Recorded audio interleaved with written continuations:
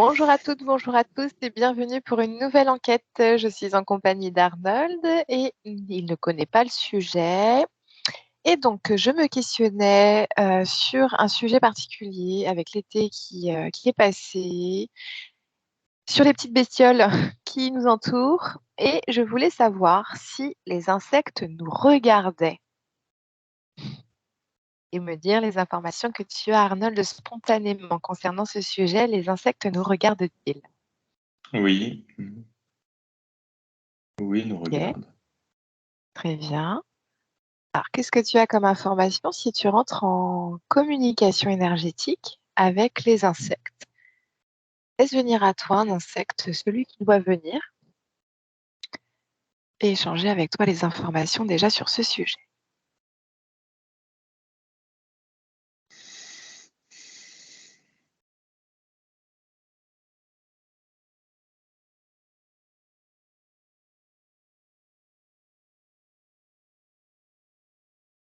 Alors, ils ne nous regardent pas de la même façon déjà que nous on les regarde.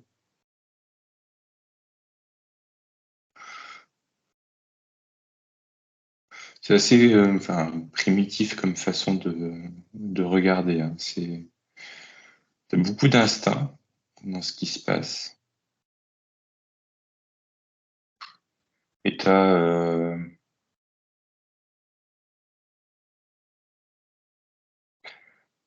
comme s'ils voyaient plus l'aura que les personnes, mais l'aura, ça va pas. C'est pas un champ énergétique que je vois, c'est vraiment un champ électromagnétique et comme s'ils regardaient les odeurs aussi. Ils regardent les odeurs? Oui. Ok, donc ils les sentent pas, ils les regardent. Mm. Ok. Alors, comment ils peuvent faire pour regarder une odeur?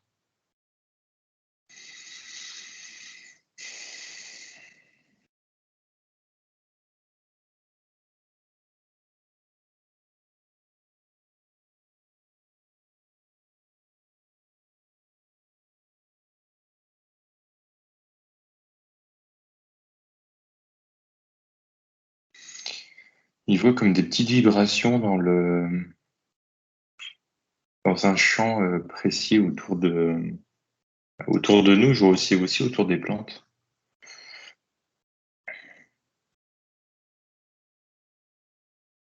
Donc, en fait, ils voient l'énergie qui circule. Ils voient les flux énergétiques. J'ai l'impression que c'est plus une information qui émane. Alors, c'est pas vraiment des flux énergétiques parce que ça peut être aussi renvoyé par quelque chose d'autre, de la lumière ou du son. Ok.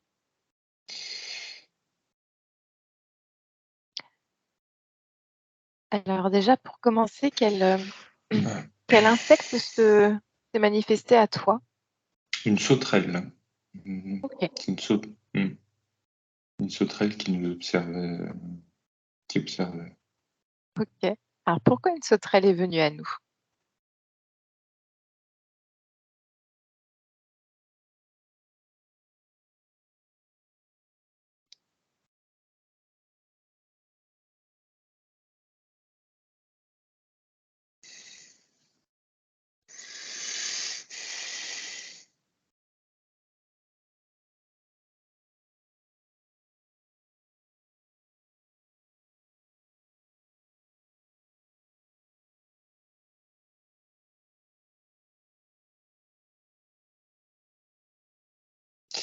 Moi, c'était celle qui était la plus à même de me faire comprendre de la façon dont il voyait les choses et dont il nous regardait. Ok. Et pourquoi? C'est la plus à même. Pourquoi pas une mouche, un moustique?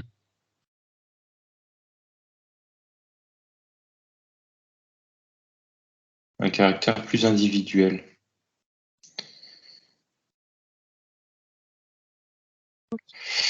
Il y a un caractère plus individuel chez la sauterelle, de façon à ce qu'on comprenne le mieux. Alors, Là, de ce qu'elle montre, quand elle repère les choses, elle le fait pour elle, entre guillemets. Dit qu'elle est assez solitaire ou qu'elle communique pas beaucoup avec ses autres partenaires. Alors que les mouches, les moustiques, les abeilles, les guêpes, t'as un espèce d'égrégore collectif qui se met en correspondance comme si c'était les yeux de quelque chose d'autre, de quelque chose de plus grand. Tu vois, ils sont rattachés à un égrégore collectif. Ok. Les sauterelles, c'est vraiment sur le caractère individuel. C'est pour ça que c'était plus simple de comprendre par elle, parce que si c'était une mouche qui s'était manifestée, là, ce qu'elle montre, c'est que j'aurais dû remonter à beaucoup plus haut, si tu veux, pour voir la façon dont ils voyaient les choses. Parce que l'individu en tant que tel peut être un peu télécommandé. Je sais pas, quoi. Ok. Donc c'est intéressant parce que ça rejoint les animaux totems que tu avais vus au début. Le loup de par l'instinct que tu avais eu comme Mhm. message et puis l'aigle par la vision de haut. Mhm. Ok.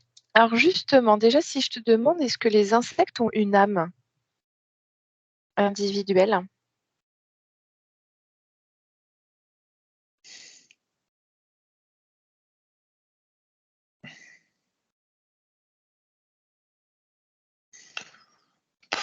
Oui, et ça dépend.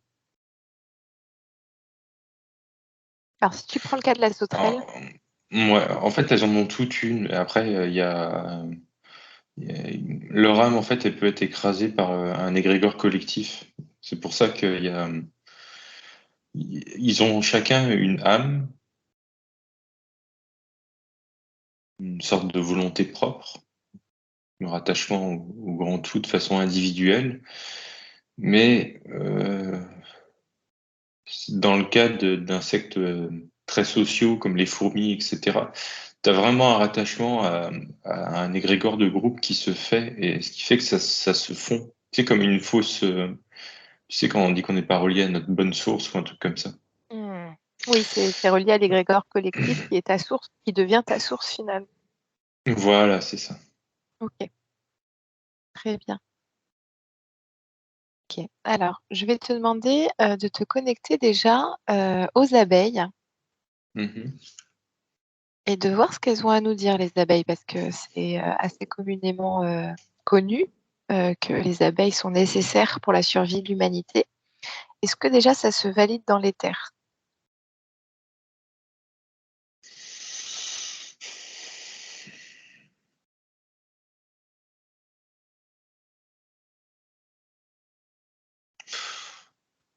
C'est euh, c'est un oui, c'est un non. Alors Elles font pourquoi oui, partie pourquoi? ouais, elles font partie d'une symbiose qu'il y a au niveau de la planète. Et c'est pour la planète, si tu veux, qu'elles sont très importantes. Après, pour l'espèce humaine, ça matche un peu moins. Ouais, ce que ça montre, c'est que les humains ont su remplacer les abeilles pour ne pas être focalisés dessus, quoi, ne pas en être tributaire. Ok. Ah, Après, par contre, pour la planète, enfin le symbiote planétaire, oui. Oui, oui, oui. ok. Alors qu'est-ce qu'on te montre par rapport à la symbiose planétaire?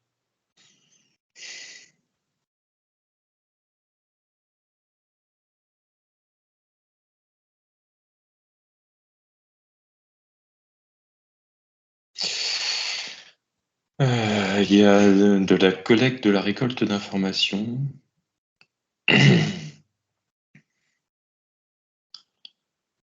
Il y a un peu le déploiement au-delà de l'aspect reproductif, par exemple, au niveau des plantes, je vois de la transmission d'informations au niveau des maladies, comme si elles prenaient des anticorps d'une plante pour aller les disperser un peu ailleurs.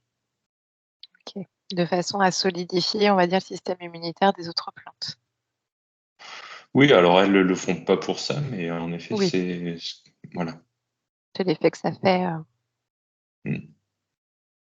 OK. Et donc, si on va se connecter à une jolie petite abeille Mhm. et d'avoir les messages sur le regard qu'elle nous porte sur nous, humains, qu'est-ce qu'elles auraient à nous dire?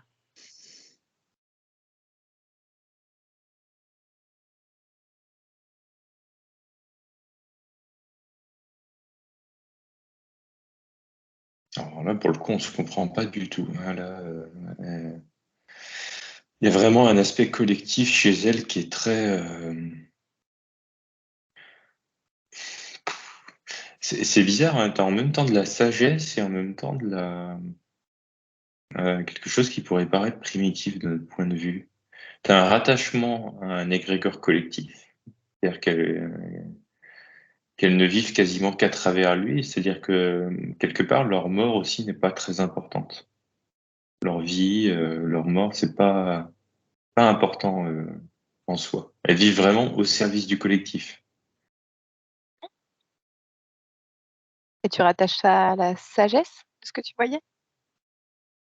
Tu as une sagesse dans le sens où tu pas peur de la mort, quoi. Mmh. Et tu as la connaissance de quelque chose qui te dépasse. C'est ça, c'est au service du collectif, de ton grand Mm. tout à toi. C'est ça. Et tu parlais de primitif aussi? Ouais, tu as un profond amour entre c'est bizarre parce que je vois pas qu'ils sont doués de sentiments à proprement parler ou d'émotions. Par contre, tu as un profond amour qui unit toutes les abeilles entre elles. Il part d'où cet amour?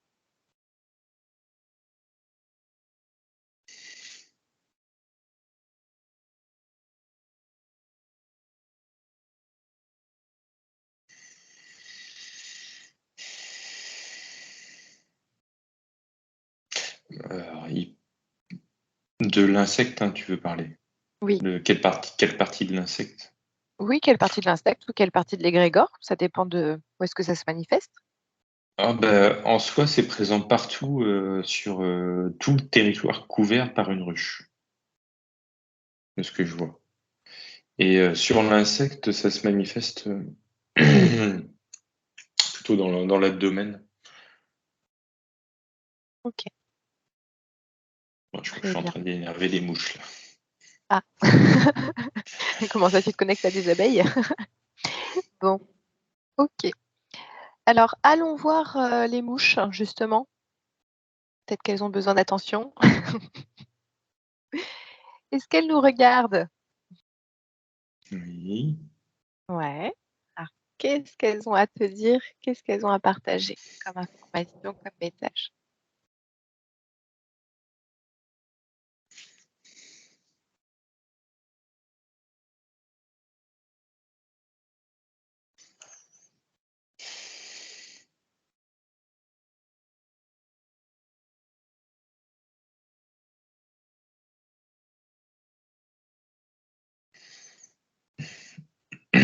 Non, pour le coup, je les vois un peu moins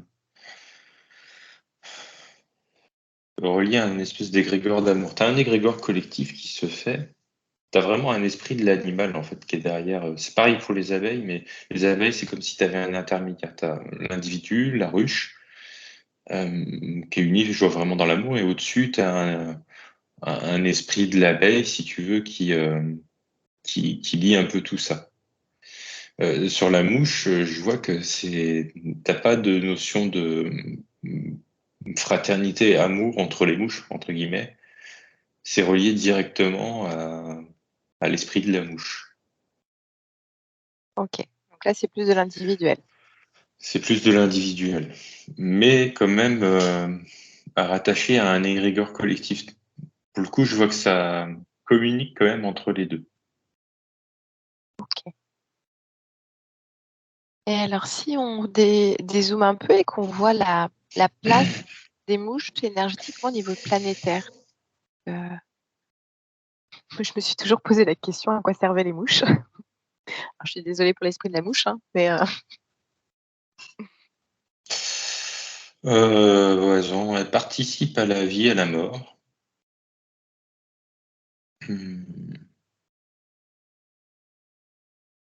Elles ont une grosse fonction, je vois, au niveau nourriture alors, pour la décomposition et pour elle-même nourrir les autres individus. Alors, oui.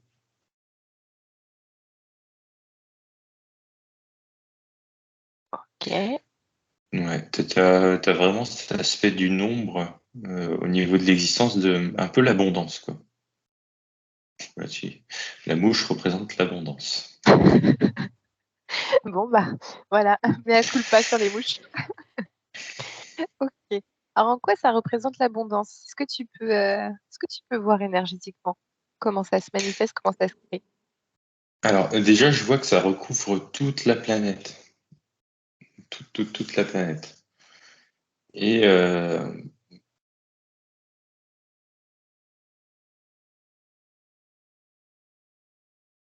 je vois que tu as, un développement qui est très rapide, un temps de vie qui est très réduit aussi.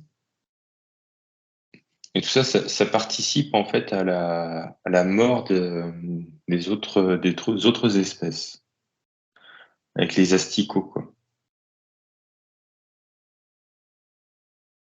Le Ok, début donc de la il y a un... mouche. Hmm. Ouais. Vas-y, vas-y.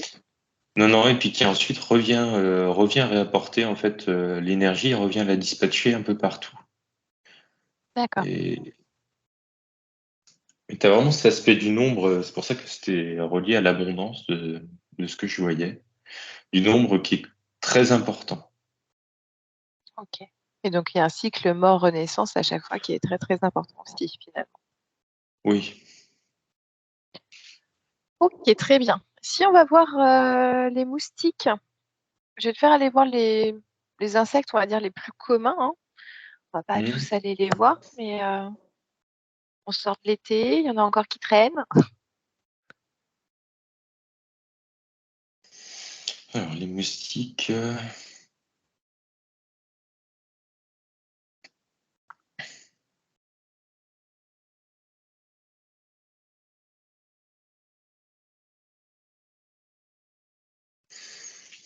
Alors, eux, là, de ce que ça montre, c'est vraiment au niveau régulation des espèces, justement, qu'ils agissent. Euh, Comme s'ils réapportaient de la vie dans l'eau, tu vois.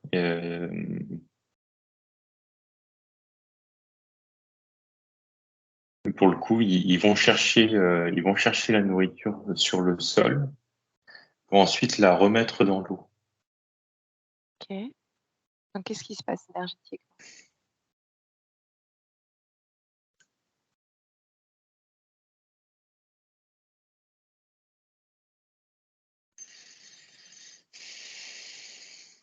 C'est une notion d'équilibre, de rapport entre euh,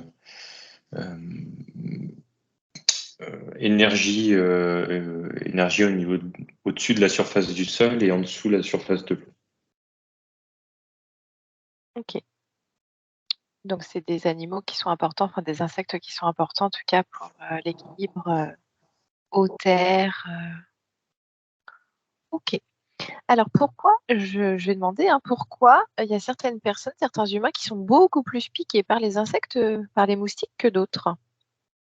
Qu'est-ce qui les attire, si tu demandes à un moustique? Une surcharge justement d'énergie. Je vois que c'est surtout en fonction de l'alimentation ou digestion. Tu as une surcharge au niveau sanguin énergétique. Ok, Peut être lié au sucre, par exemple. d'accord. Ok, parce que moi j'avais eu le message que, par exemple, les personnes qui ont une colère intérieure, par exemple, sont plus facilement piquées par les moustiques. C'est plus en lien Oui, avec la aussi. charge. Bah, c'est une charge énergétique, hein, que ce soit émotionnel ou que ce soit en alimentation, c'est exactement la même chose pour eux. C'est c'est ce surplus énergétique qu'ils vont chercher. Ok, d'accord, Parce très bien. qu'en en soi, de ce que je vois, la colère va influer aussi la composition de ton sang. Et alors, je suis pas très doué comment dire, pas en phéromones, mais en hormones. Et je vois qu'il y a des choses que les moustiques recherchent justement dedans, qui sont chargées énergétiquement et qui vont pouvoir ramener en fait à l'eau. D'accord. Ok, donc c'est déposé à l'eau pour être nettoyé aussi, finalement. Oui. La nature est bien faite. Mm. Et donc, si tu te connectes à une personne qui tue un moustique, pouf, qu'est-ce qui se passe au niveau des âmes, des deux âmes, entre le moustique et la personne, au niveau karmique, qu'est-ce qui se passe?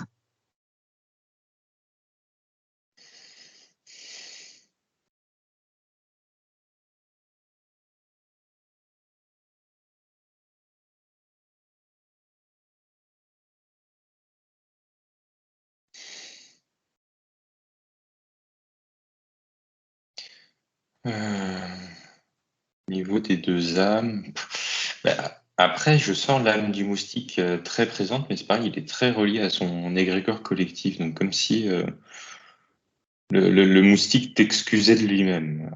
Alors, c'est pas très joli comme ça, mais en fait, il t'excuse pas, il meurt.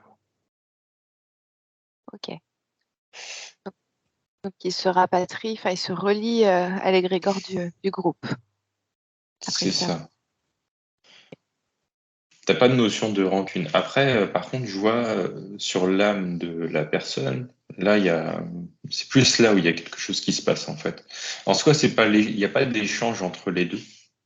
Il va pas y avoir un karma de contrat ou de quoi que ce soit parce que je vois il y a quelque chose qui est pas compréhensible. Euh, Tu vois, tu peux pas parler de métaphysique avec un moustique, donc Ouais. t'es De incarné, mais pas de conscience. la, voilà, de conscience, etc. Donc t'as pas d'échange à ce niveau-là. Par contre, t'as un effet miroir sur l'âme de la personne, en elle, plutôt. Ok, donc par exemple, tu es en colère, tu vas te décharger. Oui, Un exemple. oui, voilà, c'est ça. Et donc, qu'est-ce que ça fait à une personne justement qui, par exemple, va décharger sa colère avec ce moustique dans son âme?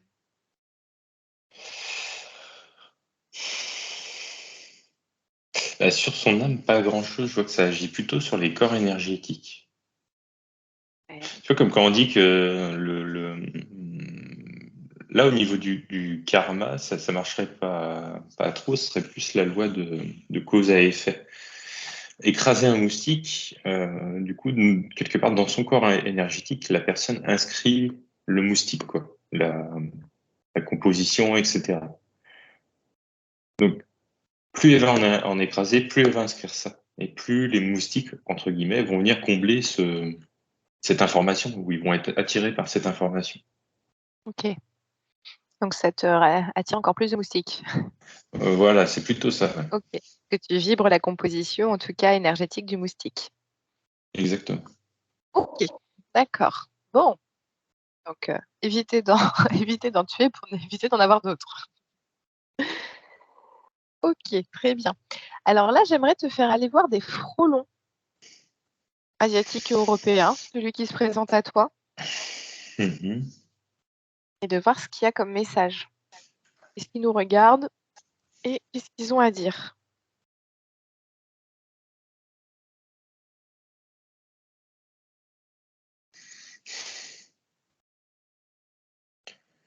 Alors, ils nous regardent un peu comme tous les autres insectes. En fait, c'est plus une analyse qu'ils font hein, que vraiment nous regarder. C'est une analyse de l'environnement et on fait partie de leur environnement. Euh, Ils n'ont pas grand-chose à échanger avec nous. Ok. Alors, qu'est-ce qu'ils font là? Ils servent aussi la planète. Les animaux ne sont pas forcément tous reliés aux humains. De ce que je vois tout en soi, les animaux n'ont pas besoin des humains pour exister. Bien sûr. Eux, ils sont reliés à leur biotope à eux. Dire,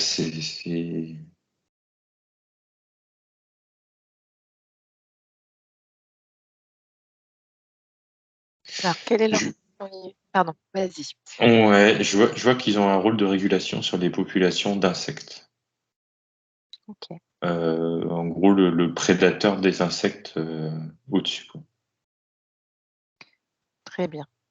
Parce que c'est vrai qu'il y a eu plusieurs articles, hein, qui montrent que attention aux frelons, c'est dévastateur et cetera. Là, si on me demande à Gaïa, est-ce qu'elle est d'accord Non, sur moi non. tout Non, va non, bien? ça mettra. Non, bah, tout va bien. Après, ça mettra le temps que ça mettra. Mais si tu veux, c'est pareil. Le jour où les frelons deviennent prédominants, il n'y a plus de nourriture pour eux. Donc, au bout d'un moment, ils s'éteignent tout seuls, en fait. Je vois que ça se déplace. Tu as un équilibre, en fait, va se faire naturellement entre la part de frelons et la part des autres insectes. OK, C'est détaché de l'humain, ça. très bien. Hmm. Et donc pour finir, je vais te faire aller voir des choses un petit peu moins chouettes. On en a déjà eu en session, ce qu'on appelle les insectoïdes, les Hmm. êtres qui se présentent, sous forme, à moitié humain, moitié insecte. Est-ce que Hmm. déjà il y a une reliance avec les insectes que l'on voit avec nos yeux d'humain?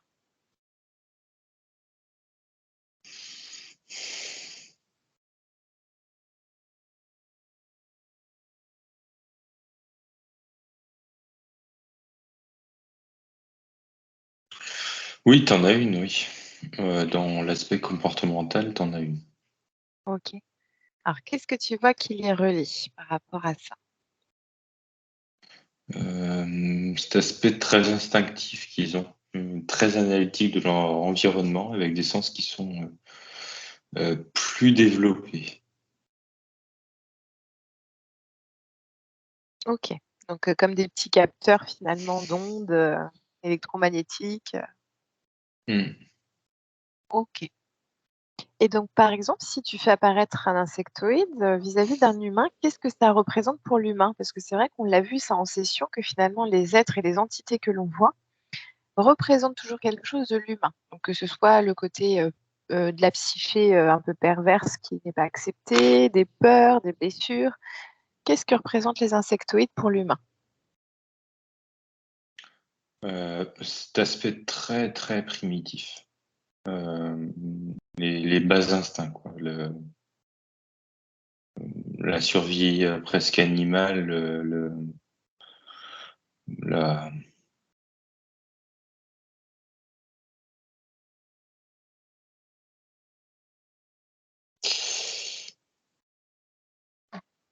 c'est quelque chose qui est très très lié au chakra racine. Euh, je sais pas comment expliquer, ouais, c'est très primitif. Oui. Alors si, tu demandes à une personne de te montrer un comportement du quotidien qui est en rapport avec, son côté insectoïde. Ouais, je vois des gestes un peu réflexes pour soit se défendre ou t'as quand même une notion de violence qui est là, hein. C'est instinctif, mais tu sais vraiment dans le sens bas du terme, plutôt ouais, l'aspect gore, l'aspect taper, morsure, et analytique en même temps. Tu vois,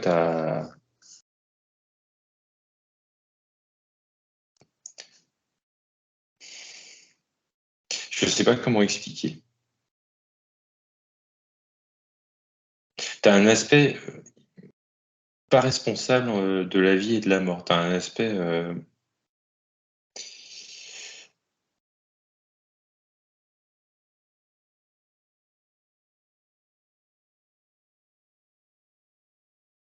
je sais pas comment expliquer.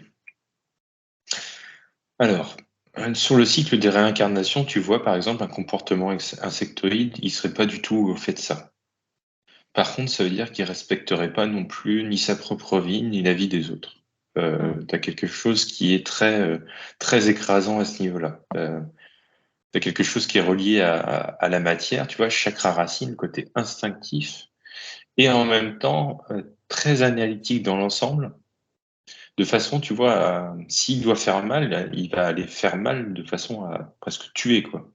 Alors, je veux pas dire que c'est des meurtriers, mais tu vois, le comportement insectoïde ne se délecte pas, par exemple, des émotions des autres, tu vois, contrairement à l'aspect reptilien où t'as quand même un sentiment de un peu jouissance, tu sais, Ouais. dans les émotions ressenties. Le comportement insectoïde, ça lie pas du tout, tu vois, au niveau émotionnel. Euh, Oui, le comportement reptilien, c'est plus notre aspect pervers narcissique un peu. voilà, c'est exactement ça. Hmm. Alors que Alors là, que ce serait plus un les bas aspect. instincts, Ouais, tu vois tu prends un film un peu série Z, là, on va dire, tu prends des soldats drogués, et puis leur but, c'est d'aller tuer l'armée adverse, quoi. C'est un peu dans cet aspect où t'as pas de respect, t'as pas de côté émotionnel du tout, quoi. ok. Ouais, c'est vraiment détaché de l'émotionnel pour le coup. Oui, pour le coup, Et en c'est même très, temps, très c'est détaché de l'émotionnel. ok. Mais par contre, tu vois une analyse qui permet l'analyse de la situation, mais peut-être d'un point de vue instinctif aussi, d'un point de vue Oui, très dans la matière, c'est-à-dire tu as les faits, et puis le but, c'est d'assouvir ses bas instincts c'est ça. C'est et sans exactement se ça. nourrir de nourriture, mais plus dans le comportement finalement, physique. Oui. Mm. Alors Ok, physique ou pas psychologique, tu vois, mais en vie en entreprise. ok, d'accord, très bien. Au niveau, tu vois, au niveau amoureux, je vois que c'est relié à des comportements très très solitaires. C'est-à-dire, Euh, Ils vivent pour quelque chose qui les dépasse, mais pas pour eux. Ils sont pas là pour nouer des relations, tu vois. ok, ouais, c'est un peu, enfin moi je vois comme des machines quoi, enfin des machines. Oui. Tu vois, Ah oui, vous oui, bah parlez des complètement, ça fourmis, fait. des abeilles, Oui, c'est pas des machines, mais ça sert le collectif plus que soi-même et ça en perd presque sa propre volonté profonde. c'est ça. Donc comme si le chakra racine finalement était relié directement à une conscience collective plus qu'individuelle. C'est exactement ça. Ouais. Ok, très bien. Alors question, est-ce qu'on a tous de l'insectoïde en nous, en tant qu'humain? Oui, un peu, oui. Ouais, ok. Est-ce qu'il y a des particularités qui font qu'il y en a qui ont plus que d'autres?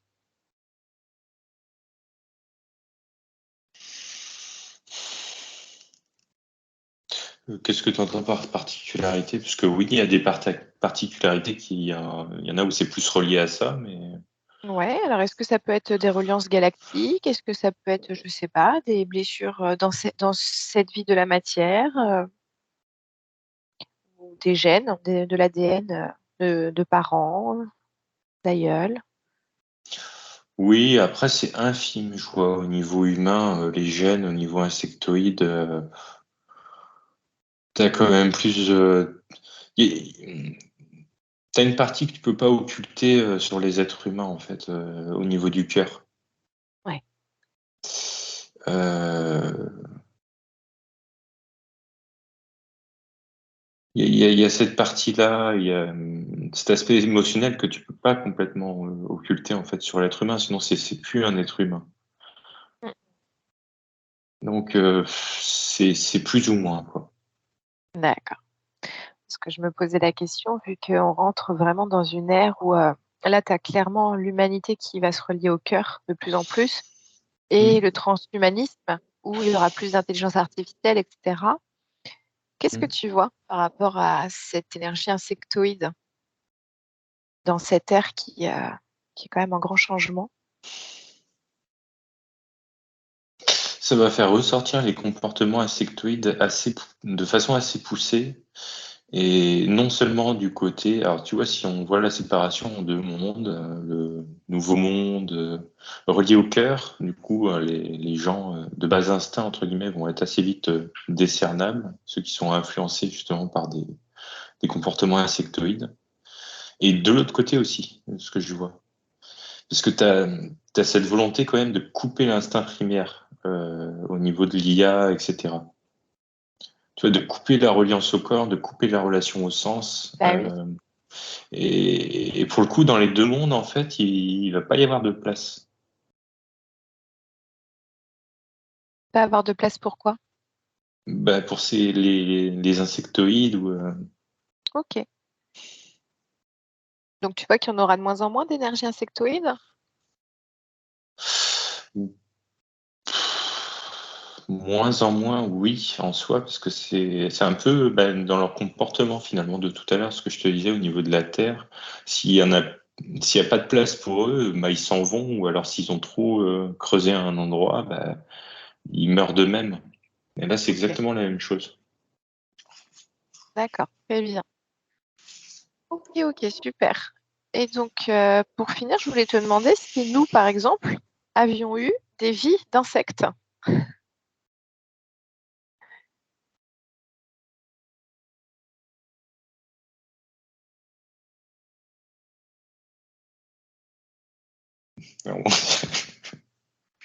Comment? Euh, Alors pour toi, moi je voyais oui en papillon, et puis moi je voyais pas Jamais. en... Ouais, bah oui, oui, mais c'est vrai que moi j'ai vu en araignée pour moi. Ouais. Ok. Et donc, moi, j'aimerais juste finir sur les mémoires qui sont présentes dans notre corps, justement, en tant que papillon, en tant qu'araignée. J'aime bien le côté papillon, moi, et toi, l'araignée. Est-ce que des mémoires sont encore présentes? Qu'est-ce que ça nous fait? Enfin, voilà, est-ce que tu peux aller voir juste, là, c'est vraiment de la curiosité légère.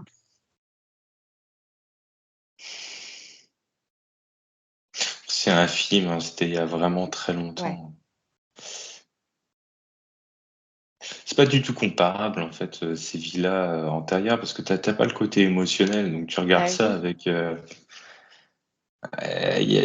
y a des choses que tu peux pas échanger en fait. Tu vois, je peux pas parler de ce que je te dis de sentiments ou de métaphysique avec un insecte. Donc là, même bah aller oui, voir une vie antérieure à soi, t'as pas grand-chose à en tirer quoi. Justement, tu ouais. as évolué depuis le temps, donc c'est très loin derrière. Et donc, si tu nous affiches tous les 2 devant toi et on Mm. va faire apparaître toutes nos mémoires d'araignées et de papillons à 3. 1, 2, 3. Mm. Il y a des choses qui t'apparaissent ici maintenant, même si c'est Bah, loin. t'as butiné des fleurs et moi j'ai mangé des mouches. D'où le fait qu'elle t'embête là aujourd'hui. Vengeance. Oui, c'est peut-être ça, oui. Ok, donc là, tu es dans l'action, mais donc énergétiquement, tu vois pas forcément grand-chose qui, par exemple, des capteurs particuliers. Alors, je Maintenant, sais pas, j'ai rien à échanger avec eux parce qu'on n'était pas fait pareil et on pense pas de la même ouais, façon, si tu d'accord. veux. Donc, Donc, pas de mémoire, par exemple, je sais pas, en tant que papillon, d'avoir des capteurs sur des ailes, de voler, de. Non, c'est énergétiquement, ça a été transmuté. bah, c'est toujours présent en toi, mais ça te sert à rien dans ton corps de maintenant, si tu veux. Oui, bien sûr.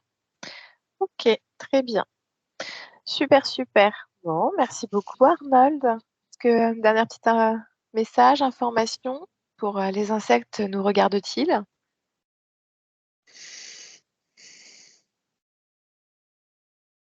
Alors, bah, ils nous regardent, hein, mais ils nous voient pas. Ils nous voient pas de la même façon. On fait partie de leur environnement pour eux. Ok. Ils nous analysent pas, ils mentalisent pas. Alors, alors, ils nous analysent, mais comme ils analysent leur environnement, c'est-à-dire qu'ils prêtent Oui, pas plus attention aux humains qu'autre chose. Par contre, je vois que comme leur capteur d'analyse finalement, ce qu'est les yeux, sensations au niveau tu vois, des phéromones, ce genre de choses, est très développé. Pour quelqu'un qui est assez développé énergétiquement, il peut ressentir une oppression. Parce que ouais, ça vibre fort. Cette capacité de perception qu'ils ont, elle est tellement poussée que les humains peuvent la ressentir. Donc, ok. en effet, ils peuvent se sentir observés. Bon, bah, super. Bah, merci beaucoup pour cette enquête légère. Et puis, merci à vous de nous regarder, de continuer à nous suivre sur notre chaîne. Et puis, n'hésitez pas à nous contacter si vous souhaitez des sessions en hypnose pour vous accompagner dans les libérations émotionnelles, karmiques, transgénérationnelles, de vous reconnecter à vos rêves les plus profonds, à vos dons, à vos facultés. N'hésitez pas à nous contacter. Nous avons nos mails en barre d'informations. Et nous vous disons à bientôt. Au revoir.